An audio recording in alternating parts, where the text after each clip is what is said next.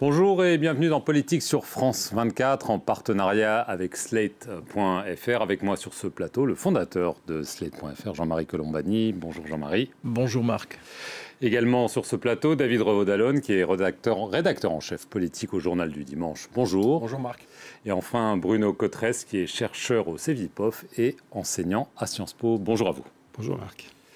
Alors la campagne présidentielle a commencé en pleine guerre au cœur de l'Europe, après 2 ans dominés par la pandémie. Ce n'est donc plus a priori le Covid qui va être le juge de paix de cette élection, mais possiblement Vladimir Poutine. Le conflit en Ukraine a en effet totalement chamboulé le début de campagne.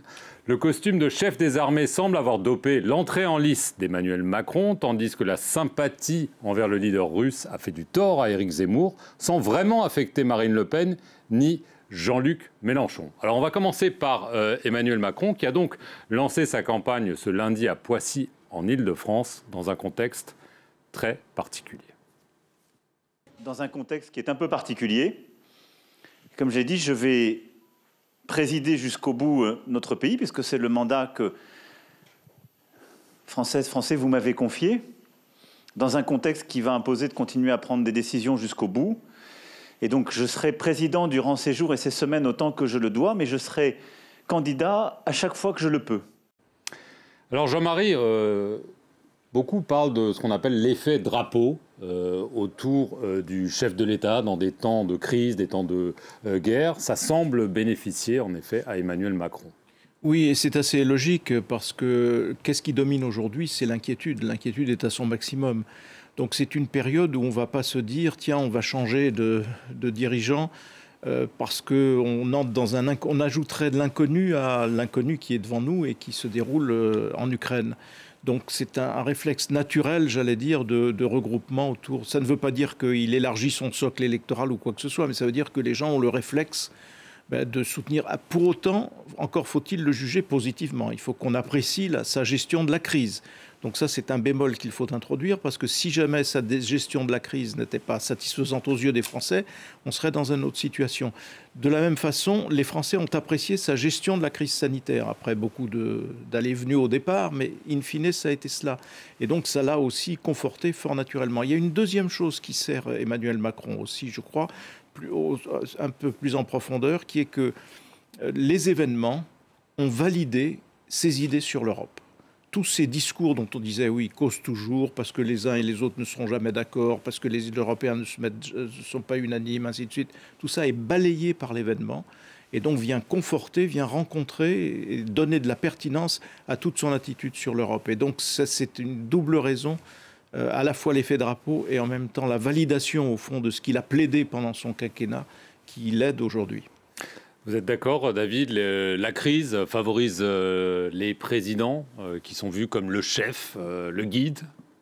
Un exemple très frappant, c'était celui de François Hollande dans le quinquennat précédent.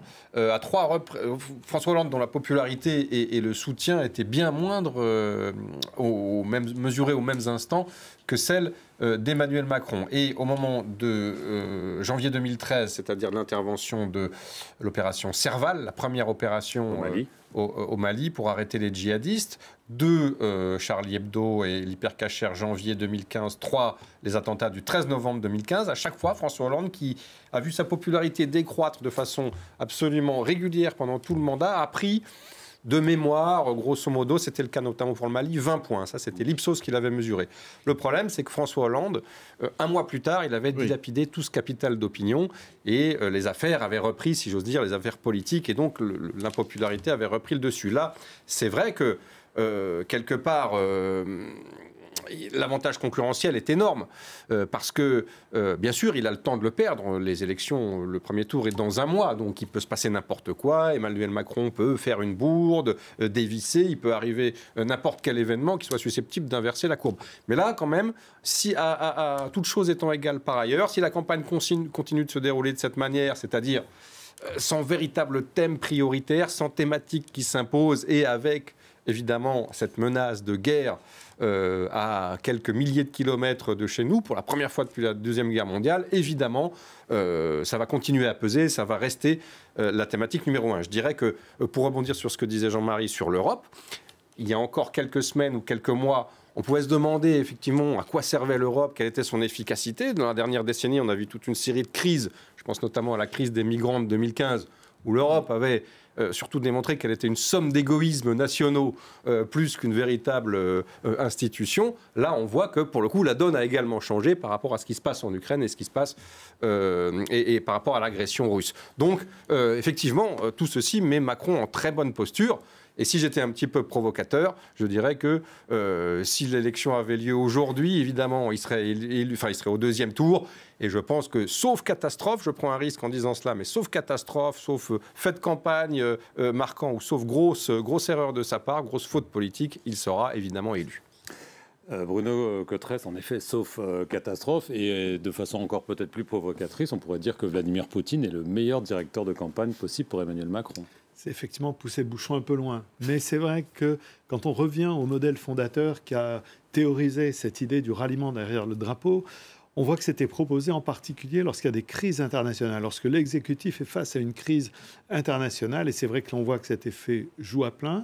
Et dans le modèle de départ, il est dit que cet effet, à un moment donné, s'atténue, voire s'inverse, si la crise dure trop longtemps. Parce que si la crise durait trop longtemps, à ce moment-là, les opinions publiques peuvent se dire, mais où est cette efficacité de l'exécutif, qui est le gestionnaire de la crise? On est en train de s'embourber dans la crise. Finalement, ça débouche sur beaucoup plus de problèmes qu'on ne pensait. Donc il ne faut pas en même temps que la crise dure trop longtemps. Mais c'est vrai que là, en l'occurrence, c'est tout avantage pour Emmanuel Macron. On se disait tous, il y a un problème qu'Emmanuel Macron va avoir à gérer. Les journées n'ont que 24 heures. Il va se retrouver à la fois président de la République française, président du Conseil de l'Union européenne et en même temps candidat à l'élection présidentielle. Ça faisait beaucoup. Et c'est vrai que d'un seul coup, ça le remet dans une unité de temps et de lieu. Il est à la fois le chef de l'État, le président du Conseil de l'Union européenne pour 6 mois, candidat à l'élection présidentielle sur des sujets sur lesquels Macron joue à domicile. Effectivement, la question de l'Europe, ça a été dit tout à l'heure, aucun ne conteste, personne ne conteste que sur cette question, Emmanuel Macron dispose d'un crédit de l'opinion qui sait qu'Emmanuel Macron est un Européen très convaincu. Il a fait ses preuves sur l'Europe, effectivement. On sait aussi qu'en situation de crise, il aime montrer son style de leadership. Donc pour le moment, effectivement, tous les feux se sont allumés plutôt au vert pour Emmanuel Macron. C'est vrai que Vladimir Poutine, paradoxalement, peut éventuellement, on pourrait dire, finalement, ça lui rend service. Il faut quand même un peu nuancer de ce point de vue-là. Emmanuel Macron, s'il devait être réélu, il y aura un sujet qui est quel est le sens de cette réélection d'Emmanuel Macron? Avons-nous élu Emmanuel Macron au titre de son programme, au titre, au contraire, de sa capacité à gérer des crises ou au titre d'une situation tout à fait exceptionnelle qui fait qu'on n'a pas envie de changer le pilote quand on est en pleine turbulence? De toute façon, on est dans l'essence de la fonction présidentielle. Il y a l'essence même de cette fonction. Le président en charge de l'essentiel, selon le général de Gaulle, nous y sommes. Donc je pense que c'est ce facteur-là qui l'emporte. Mais devant nous et devant Emmanuel Macron, il y a quand même des difficultés. Rappelons-nous, dans la crise sanitaire, on s'en sort bien parce qu'il y a le quoi qu'il en coûte. Et le quoi qu'il en coûte, les Français, évidemment, créditent Emmanuel Macron du quoi qu'il en coûte. Mais là, nous allons au-devant d'une nouvelle crise économique. On était en train d'en sortir, les choses étaient bien reparties, et on voit que le jeu des sanctions, mais pas seulement le jeu des sanctions, l'effet de la guerre et la paralysie qui peut s'en suivre dans certains secteurs, le ralentissement qui peut s'en suivre, va créer des difficultés économiques. Comment on les gère? Ça va être une difficulté perceptible dès le lendemain du second tour de l'élection présidentielle. Et il y a 2 mois qui nous séparent, qui vont nous séparer de l'élection présidentielle et des élections législatives. Et pendant ces 2 mois, on peut très bien être plongé dans des difficultés économiques qui peuvent à nouveau bouleverser la donne politique. Donc vous voyez, on est vraiment au-devant d'une séquence politique totalement inédite et totalement extraordinaire. Alors justement, David y a fait allusion, on va se pencher quand même sur des précédents historiques de président face à des situations de crise, que ce soit guerre ou du terrorisme. Et on va regarder justement les courbes des sondages, c'est vraiment intéressant. En 1991, François Mitterrand annonce que la France va participer à la guerre du Golfe contre le dirigeant irakien Saddam Hussein. Sa cote de popularité entre les mois de janvier et de mars bondit de 19%. Ce qui est intéressant, c'est que 2 mois plus tard, en mai, elle est retombée à 40%. Deuxième exemple, Jacques Chirac, là aussi, c'est à nouveau l'Irak, mais cette fois pour ne pas y aller. En mars 2003, il annonce solennellement à la télévision qu'il opposera son veto à toute résolution des Nations Unies autorisant la guerre contre l'Irak. Sa cote de popularité fait plus 11 points entre février et mars 2003. Et dès le mois d'avril, elle revient immédiatement à son niveau antérieur, donc un mois. Niveau antérieur qui fait rêver néanmoins. Qui fait rêver beaucoup, mais c'est vrai que l'élection de 2002 était très particulière. Dernier exemple, David, vous y avez fait allusion, les attentats de janvier 2015 contre Charlie Hebdo et l'Hypercacher. La cote de popularité de François Hollande va tout simplement doubler. En décembre 2014, on est à 19%, donc très bas. Et on passe à 40% en janvier 2015. Et en avril, on est à nouveau à 25%. Donc on voit qu'il y a en effet un effet drapeau entre guillemets dans des circonstances parfois dramatiques. Ça dure peu de temps. La différence, c'est qu'on n'a jamais été dans ces 3 cas de figure à la veille d'une élection. On n'a jamais été à un mois d'un premier tour, donc effectivement, si j'ose dire, ça tombe à pic s'agissant d'une agression militaire qui est en train de faire, semble-t-il, des milliers de morts et qui en fera peut-être plus. Donc, pour Emmanuel Macron, s'il est un petit peu cynique, effectivement. Après, je suis tout à fait d'accord avec ce qui a été dit par Bruno Cotrez, c'est-à-dire que la conquête du pouvoir lui est facilitée. Je pense que cette situation tout à fait inédite qui vient d'être décrite, en revanche, va considérablement complexifier l'exercice du pouvoir dans son deuxième quinquennat, parce que on ne saura peut-être pas exactement quel est son programme. Pour l'instant, on ne le sait pas exactement. On a quelques pistes, mais on ne sait pas. Et je me rappelle que le programme d'Emmanuel Macron en 2017, ça avait été un véritable sketch. Souvenez-vous, on l'a attendu quand même assez longtemps. Oui.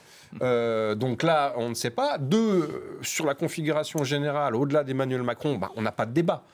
Cette campagne, en réalité, est une campagne sans débat et une campagne sans campagne. Escamoté, dit l'opposition. Escamoté, dit l'opposition, c'est de bonne guerre. Moi, je dirais plutôt que chacun est dans son couloir et travaille, qui l'identité nationale comme Marine Le Pen, ou le grand remplacement comme Éric Zemmour, qui le social comme Jean-Luc Mélenchon, qui l'écologie comme Jadot, et qui, je ne sais pas exactement quoi, comme Valérie Pécresse. Entre Macron et quelque chose entre un libéralisme social à la Macron et une droite dure à la Zemmour. Bon, c'est-à-dire que chacun est dans son couloir, il n'y a pas vraiment d'échange, pas vraiment de configuration de débat. On a un premier débat télévisé sans Emmanuel Macron la semaine prochaine. On va voir ce que ça donne, ça va sans doute être intéressant, mais vous remarquerez qu'aucune thématique ne s'impose. Il y a toujours un sujet qui s'impose dans les campagnes, et en général, c'est le candidat qui a enfourché ce sujet, qui est avantagé. Je pense au travail Sarkozy 2007, je pense à l'anti-sarkozysme Hollande 2012, je pense à Emmanuel Macron, l'émancipation par le travail et la fin des clivages politiques nationaux, traditionnels. Là, on ne sait pas quel est le thème de cette campagne. Enfin si, en ce moment, c'est clairement la guerre en Ukraine, la souveraineté, l'Europe et évidemment la remilitarisation de celle-ci. Voilà, et la guerre sans qu'on ait de perspective, hein. On ne sait pas vers où on peut aller. Il faut apprendre à penser l'impensable avec Poutine. C'est ça le problème. Et il y a quand même un effet politique majeur, parce qu'il y avait quand même une assez grande complaisance, presque tous azimuts, dans les milieux politiques français et médiatiques, vis-à-vis de Vladimir Poutine. Soit qu'on admire l'autorité, on dit toujours il est autoritaire, il y a un certain nombre de gens qui continuent à refuser de dire que c'est un dictateur. Ils disent non, c'est un autoritaire, mais c'est un dictateur. Donc il y avait cette complaisance-là qui est balayée par les faits. Il y a une leçon de choses là qui renvoie les uns et les autres à leur naïveté. Et de ce point de vue-là, Emmanuel Macron est sauvé par son en même temps. Et son en même temps, c'était sa première réception d'Emmanuel Macron à Versailles, où il le reçoit tapis rouge en faisant référence à Pierre le Grand et ainsi de suite, et le discours qu'il lui tient devant lui sur les médias pro-russes et ainsi de suite, où là il montre qu'il peut à la fois dialoguer, mais avec une fermeté qui est une fermeté souhaitable et souhaitée. Et donc il y a quand même cette leçon de choses qui pèse sur les uns et sur les autres. Marine Le Pen, rappelez-vous, on avait fait un marqueur de sa visite au Kremlin, chez Vladimir Poutine. Zemmour considère aujourd'hui que Poutine est agressé et que la Russie est agressée. Donc ça ne peut pas ne pas retentir sur la façon dont on les juge et dont on les apprécie ou on ne les apprécie pas. Mais ce qui est intéressant, c'est qu'ils ne pâtissent pas tous Alors, au même niveau de, même façon. de cette justement, il y déclaration. a le dernier sondage IFOP, on va pouvoir peut-être le regarder pendant qu'on continue à discuter. Emmanuel Macron est passé, disons, de 24-25%, là il est à 30-31%. Marine Le Pen est à 18%, donc c'est un petit peu mieux, sans doute parce que Éric Zemmour, lui, est à 12%, tandis que Valérie Pécresse est à peu près au même niveau, 12,5%, et Jean-Luc Mélenchon à 10,5%. Bruno Cotresse, donc on voit qu'il y a quand même un effet sur les différents candidats. On parle beaucoup de la guerre, de l'Europe, de l'aspect militaire, mais il y a quand même déjà l'aspect pouvoir d'achat qui était déjà présent. Est-ce que vous pensez que ça peut vraiment devenir un sujet parce que les gens, quand ils vont faire le plein, ils voient bien qu'on n'est pas dans... C'est clair que c'était déjà un sujet avant même la guerre en Ukraine. Nous avons publié au Cevipof quelques jours avant le début de la guerre en Ukraine, la dernière vague d'une des enquêtes que le Cevipof réalise. Effectivement, quand on demande aux Français quel est le problème qui les préoccupe, c'est toujours le pouvoir d'achat. Alors le pouvoir d'achat, c'est un peu compliqué. Il y a le pouvoir d'achat, mais ça parle également du montant des salaires, ça parle aussi du montant des taxes, le pouvoir d'achat. Mais on voit que le sujet qui est combien il reste à la fin du mois, une fois qu'on a payé toutes ces factures, est un sujet qui continue de rythmer beaucoup l'agenda des préoccupations des Français. On se rappelle le poids de cette question au moment de la crise des Gilets jaunes. C'est toujours le numéro 1. Et je pense que même si la crise aujourd'hui, la guerre en Ukraine, évidemment sature, domine l'espace public, l'espace des débats, même si c'est dans la tête de tout le monde, en toile de fond, il y a quand même toujours le sentiment en France d'une société française qui à la fois est une société d'inégalité, d'injustice, où la promesse méritocratique n'est pas tenue. Et nous voyons, nous, dans toutes les enquêtes que nous réalisons à Sciences Po, nous voyons cette question qui est toujours là, lancinante, très fortement présente. C'est ce sentiment d'une société française qui ne livre pas sa promesse de l'égalité républicaine et de la méritocratie. Et ça sera toujours là. Le prochain chef de l'État, quel que soit l'heureux ou l'heureuse élu, aura à gérer cette situation. Une fois que la guerre en Ukraine sera passée, elle passera quand même un jour. Retour aux fondamentaux, la question du pouvoir d'achat, le sentiment d'injustice, d'inégalité. Donc ça sera là de toute façon et ça sera fortement présent même, je dirais, dans le prochain mandat présidentiel. Les autres enjeux sont là également, la question de l'hôpital, la question du système de santé. Donc autant de questions qui sont au moment où on parle un peu passées sous les radars, la crise et la guerre en Ukraine dominent tout, mais c'est toujours là et fortement présent dans les sujets de préoccupation et toujours avec un sentiment en toile de fond qui est aussi un sentiment que nous étudions également beaucoup, le sentiment que la vie politique, le système démocratique n'arrive pas bien à répondre, que ça fonctionne pas bien, qu'on a des élections régulièrement, et puis qu'au lendemain des élections, eh bien, c'est un peu la gueule de bois au lendemain des élections, et on a reçu beaucoup de promesses, certains d'entre nous y ont cru beaucoup, et puis on se retrouve avec ces problèmes de départ, et ce sentiment est toujours très fortement présent dans l'état d'esprit des Français. Alors pendant qu'on parle, on voit des images d'Emmanuel Macron. On est à nouveau à Versailles, oui. Cette fois sans Vladimir Poutine, mais sans doute pour parler de Vladimir Poutine. Il y a un sommet un petit peu particulier des chefs d'État et de gouvernement. Donc c'est les images que vous voyez en incrustation sur nos antennes. David, je veux juste revenir au sondage. Il y a quand même un effet Poutine, semble-t-il, sur Éric Zemmour. En particulier, il était à touche-touche, si j'ose l'expression, avec Marine Le Pen. Là, il semble quand même qu'il y ait une différence. 6 points dans un sondage, ça commence à signifier quelque chose. C'est vrai, vous avez 3 candidats qui ont pâti finalement de leur sympathie poutinienne passée, parce que Éric Zemmour étant arrivé finalement relativement récemment sur l'échiquier politique, ça fait beaucoup plus longtemps que Jean-Luc Mélenchon et Marine Le Pen professaient une sympathie pour le nationalisme, les choix stratégiques de Poutine, ou se rangeaient derrière lui par anti-américanisme ou hostilité à l'OTAN pour beaucoup de raisons. Ou fascination pour un régime autoritaire, tout simplement, qui, effectivement, aujourd'hui, dévoile sa vraie nature, celle d'une dictature. Donc, à l'arrivée, ces 3 candidats ont été très embêtés, parce qu'évidemment, tous les confrères, tous les journalistes leur ont posé des questions sur « Et maintenant, qu'en pensez-vous » Alors que quelques jours avant, tout cela nous avait expliqué grosso modo la même chose, que c'était d'abord l'OTAN qui était responsable, reprenant un petit peu... en mode un peu plus soft, mais la vulgate poutinienne, qui est que c'est l'OTAN qui est responsable. Je ne vous refais pas ici le film, vous le connaissez tous, de cet affrontement. Et tous ont rétropédalé. Mais vous remarquerez que c'est passé plus... Comment dire, pour Marine Le Pen et vous, Jean-Luc Mélenchon, c'est passé, comme, je dirais pas comme une lettre à la poste, mais presque sans décote sondagière. Pourquoi ? Parce que Marine Le Pen, je pense qu'elle est, sa structure de soutien électoral est d'abord populaire, et je ne crois pas que ce soit les catégories qui soient... Peut-être sont-ils évidemment choqués par les images des bombardements de civils et de l'agression russe, mais ce n'est pas forcément les catégories qui sont les plus mobilisées sur ce sujet. Jean-Luc Mélenchon, lui, bénéficie d'une dynamique par ailleurs qui est celle du vote utile à gauche. Donc, il ne surperforme pas, il n'a pas une dynamique énorme, mais il grignote petit à petit au fur et à mesure que tous ses rivaux s'estompent.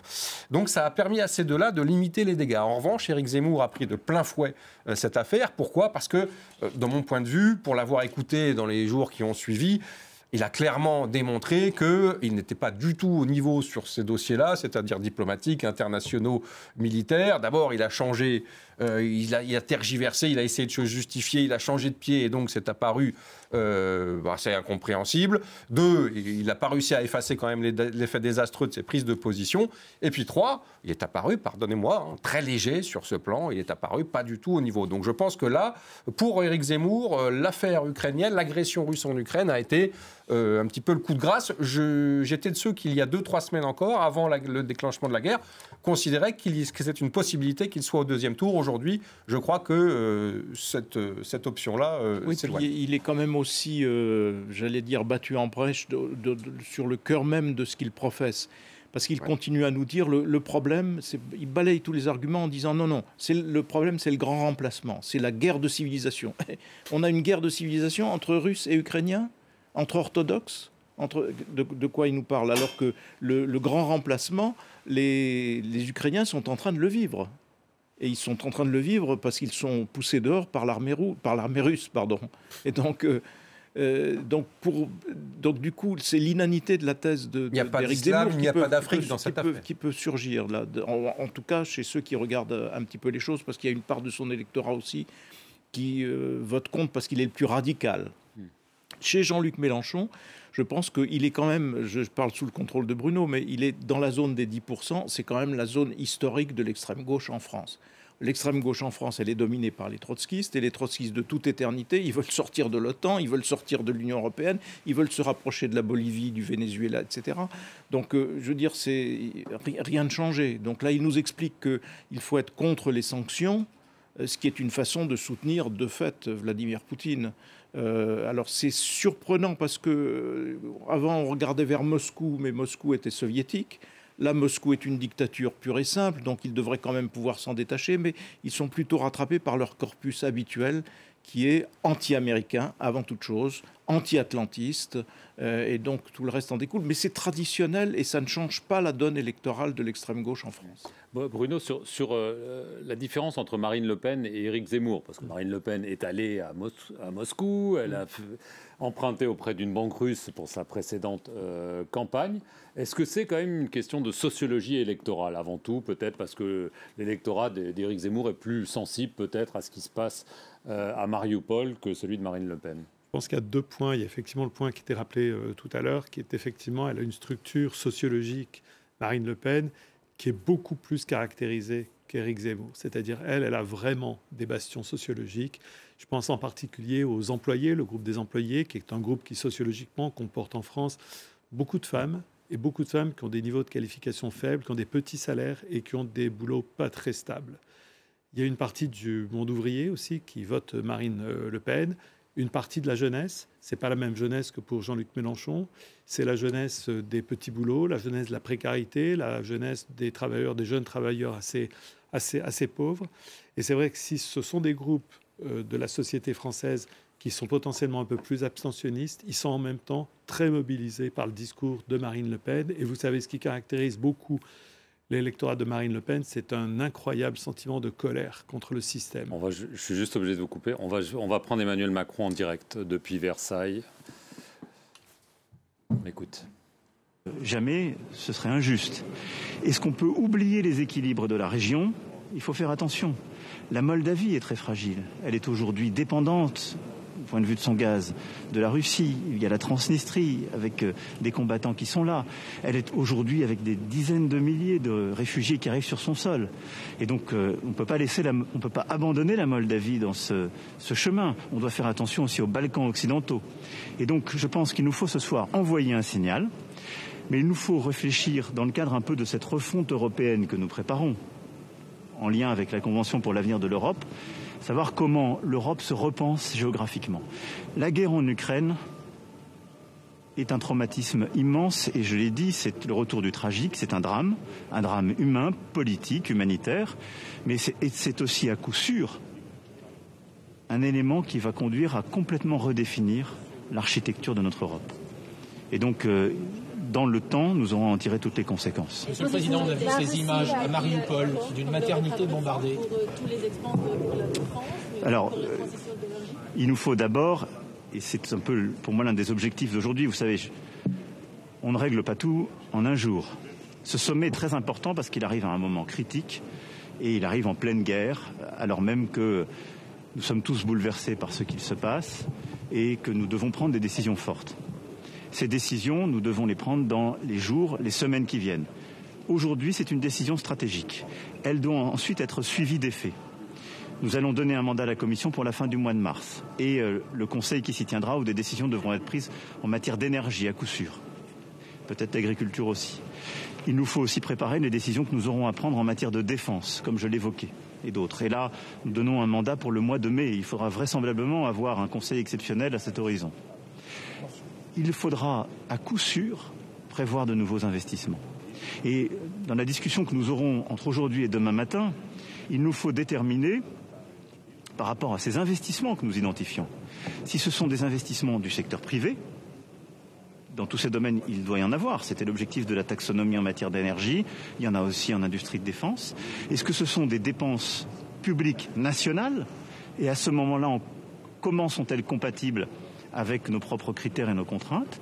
Et est-ce qu'il nous faut faire plus de dépenses communes en européen, comme nous l'avons par exemple décidé au moment de la crise Covid? Je pense que vraisemblablement il y aura les trois catégories. Et donc en effet il nous faut maintenant, aujourd'hui avoir la discussion stratégique, aujourd'hui et demain, mais dans les semaines qui viennent, réussir à définir ce qu'est notre dessein pour les prochaines années sur ces grands sujets de défense, d'énergie, d'alimentation, d'industrie, et comment définir nos dépenses communes. Monsieur le Président, j'imagine que vous avez vu ces images d'une maternité bombardée à Mariupol. Est-ce que vous avez ressenti quand vous avez vu ces images, et est-ce que vous diriez que la Russie se rend coupable de crimes de guerre? Écoutez, j'ai été comme nous l'avons tous et toutes été bouleversés par ces images. En plein centre-ville, une maternité a été bombardée. En plein centre-ville. Des femmes, des enfants, à nouveau, ont été tués. Et je dis à nouveau parce que je l'avais déjà dit à nos compatriotes la semaine dernière, c'est depuis le début de cette guerre, à plusieurs reprises, que des drames humanitaires de ce type ont été faits. Et des armes profondément létales, sans discernement, sont utilisées en plein centre-ville. La France condamne avec la plus grande fermeté ce qui est un acte de guerre indigne et immoral. Parce que ce n'est pas un acte de guerre destiné justement à neutraliser des bases armées, des capacités militaires, alors même que nous considérons que cette guerre est évidemment déjà illégale et injuste, mais c'est un acte de guerre dont l'objectif manifeste est de tuer des civils, des femmes et des enfants en particulier. Donc nous l'avons condamné, et évidemment, vous savez, la France s'est toujours battue contre l'impunité.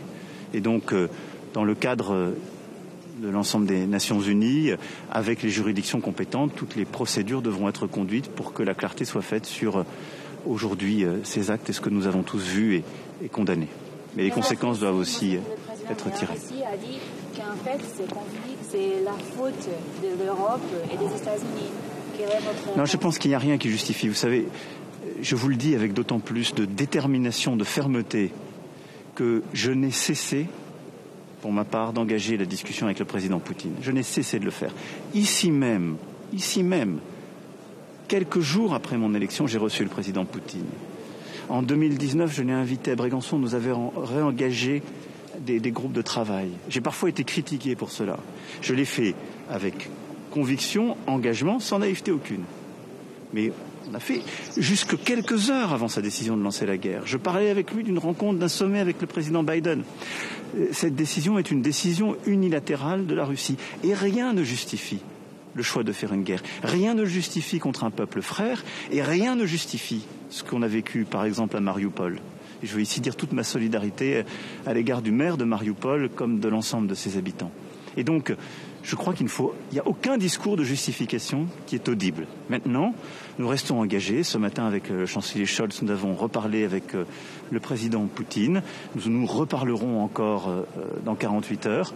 Je ne vais pas ménager les efforts pour essayer d'obtenir ce cessez-le-feu qui est si important et la possibilité d'essayer d'avoir une sortie du conflit qui puisse être politique. Mais je l'ai dit aux Françaises et aux Français, et je vous le dis avec la même honnêteté, je suis inquiet, pessimiste, et c'est aussi pour ça que je crois que notre Europe doit être au rendez-vous.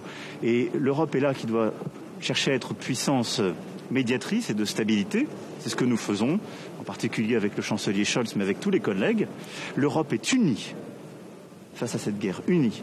Et pour moi, c'est très important, et l'objectif de ces 2 jours, c'est aussi d'afficher, mais au-delà d'afficher, de continuer à construire, à renforcer cette unité européenne. Et l'Europe, elle doit se préparer à tous les scénarios.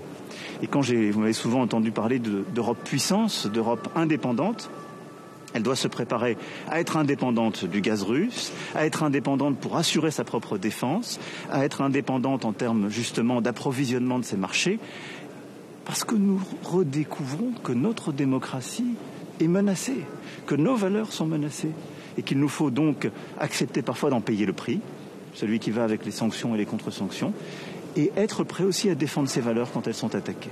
Monsieur le Président, vous dites que l'Europe est unie, mais est-ce que c'est vraiment le cas? Parce qu'on a des opinions très différentes en ce qui concerne la livraison de l'énergie russe, par exemple l'Allemagne. Mais bien sûr, nous avons tous des situations différentes. C'est ça l'Europe. Mais la clé de l'Europe, c'est de réussir à bâtir un intérêt commun au-delà des situations particulières. Et donc, notre force est là. C'est ça ce que nous découvrons. Avancer tout seul, un parmi 27, n'a pas grand sens dans cette situation. Et donc oui, nous avons des situations différentes. C'est pour ça que je crois, je disais à la Sorbonne, unie, démocratique et souveraine. Si on veut de la souveraineté, il faut de l'unité. Et cette unité suppose de dire on a des différences, mais on décide de mutualiser, de faire des efforts les uns pour les autres. Eh bien, oui, il y a des pays d'Europe qui sont plus dépendants du gaz russe que d'autres. On doit aider ces pays à sortir plus vite. Ce seront des investissements plus importants. Je vous le dis d'autant plus aisément que la France n'est pas dans ce cas-là. Mais la France a aussi bénéficié d'une Europe solidaire sur les vaccins, par exemple. Donc, à des moments différents, la solidarité européenne nous bénéficie parce que nous cherchons à bâtir un intérêt commun européen. Mais à chaque instant, cet intérêt commun nous rend plus forts. C'est ça l'Europe. Et donc, vous avez parfaitement raison, les sensibilités ne sont pas les mêmes.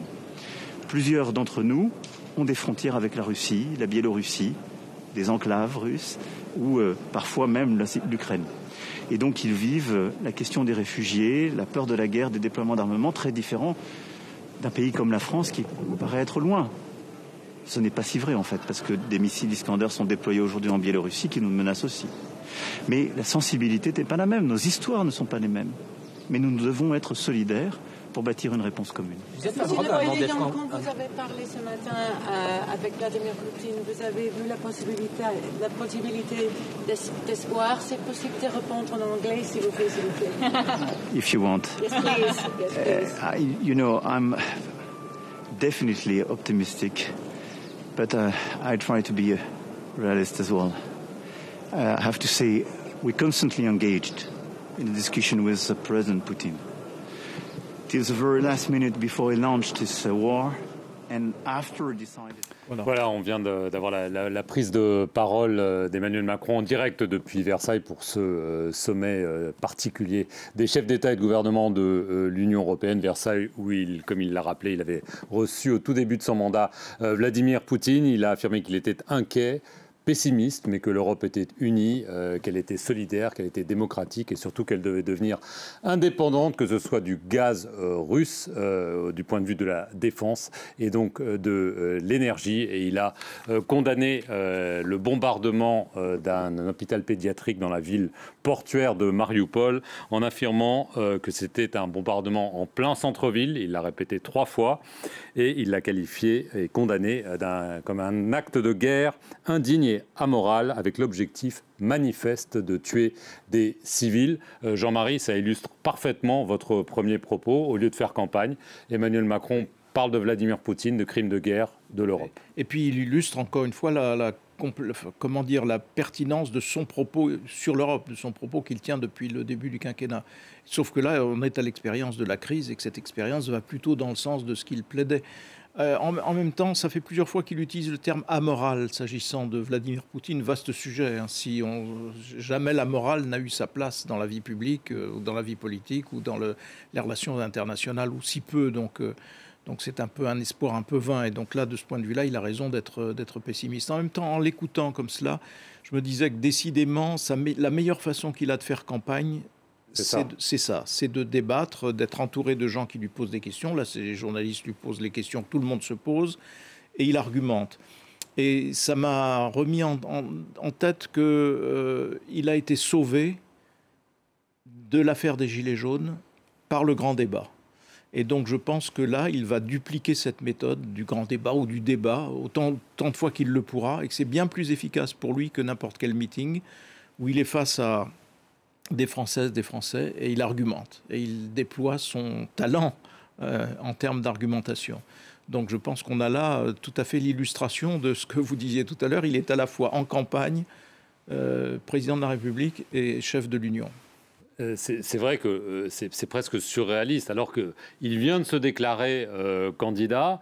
Il a eu cette rencontre un petit peu style grand débat, en effet, à Poissy. Mais là, il va passer 2 jours à Versailles, avec les chefs d'État et de gouvernement Union européenne, presque hors sol, encore plus. Et on imagine que ses opposants vont affirmer qu'il refuse de descendre dans l'arène. Lui a dit « je n'ai pas le choix, il faut que je m'occupe de Poutine ». Sans doute vont-ils répondre de ça. C'est vrai qu'on voit là quelque chose qui est vraiment intéressant d'une certaine manière, qui est l'exercice politique, peut-être au sens le plus purement chimique du terme, c'est-à-dire la capacité d'une personne à se fondre dans une situation, à la faire sienne, et au fond à montrer qu'il est constant dans la gestion de cette situation et qu'il a une capacité à rebondir sur des événements aussi incroyables, inattendus et douloureux les uns que les autres, mais en les absorbant à l'intérieur de son propre logiciel. C'est un très bel exercice de communication politique auquel il vient de se livrer. Et si jamais on se posait des questions de savoir qu'est-ce qu'Emmanuel Macron voudrait faire d'un deuxième mandat, dans la première partie de la réponse qu'il a donnée, on a là tous les éléments. C'est-à-dire on va avoir sans aucun doute un second mandat d'Emmanuel Macron, s'il était réélu, très concerné, très sur la question, au fond, de notre Europe, de les conséquences qu'il faut tirer. C'est un sujet qui est difficile à vendre aux Français. C'est un sujet qui est compliqué. C'est un sujet sur lequel l'opinion publique française n'est pas uniforme. Nous ne sommes pas uniformément en France favorables à davantage d'Europe. Il y a des segments de l'électorat qui sont violemment contre ces logiques, qui se réclament du retour de la souveraineté nationale. Mais Emmanuel Macron contre-argumente en ne cessant d'opposer son concept de souveraineté européenne et de ne pas opposer la souveraineté nationale et l'intégration européenne. Donc je m'attends, s'il devait être réélu, à avoir beaucoup de débats sans aucun doute sur la question de l'Europe, pourtant si difficile à vendre et à expliquer aux citoyens. Moins difficile quand on regarde les chiffres, parce qu'il y a eu le grand plan, le grand emprunt européen qui a quand même inondé nos pays d'un certain nombre de milliards qui permettent des investissements. Et là, manifestement, il s'apprête à remettre sur pied une opération de même nature. Ce qui a réussi pendant la crise sanitaire, il va essayer de le dupliquer face à la crise déclenchée par la Russie et Vladimir Poutine. Donc on va avoir sûrement à la sortie un grand plan d'investissement qui va montrer que tout seul, on n'arriverait pas à lever tous ces milliards pour investir de cette façon. Donc ça aussi, c'est fait pour contredire un peu les parties de l'opinion qui restent réfractaires. Et en l'écoutant aussi, je me disais que Marine Le Pen, dans son chemin vers la présidentiabilité, qui passait par une certaine reconnaissance des institutions européennes, de l'euro, etc., elle est encore restée sur un schéma ancien qui consistait à dire la Commission prend trop de pouvoir, la Commission s'arroge des pouvoirs, elle l'a encore dit et redit cette semaine. Ce que vient de dire Macron est exactement le contraire. Nous allons donner mandat à la Commission. Donc voilà comment fonctionne l'Europe. Les chefs d'État et de gouvernement se réunissent, les gouvernements décident et passent le flambeau à la Commission et non pas l'inverse. Merci beaucoup. On voulait parler de la façon dont la guerre a percuté la campagne électorale. Elle a même percuté cette émission. Mais voilà, on a pu en discuter. Merci à vous, Bruno Cotresse. Merci, Jean-Marie Colombani. Merci à David Revaud-Dallon qui a dû partir un petit peu plus tôt. Et à la semaine prochaine.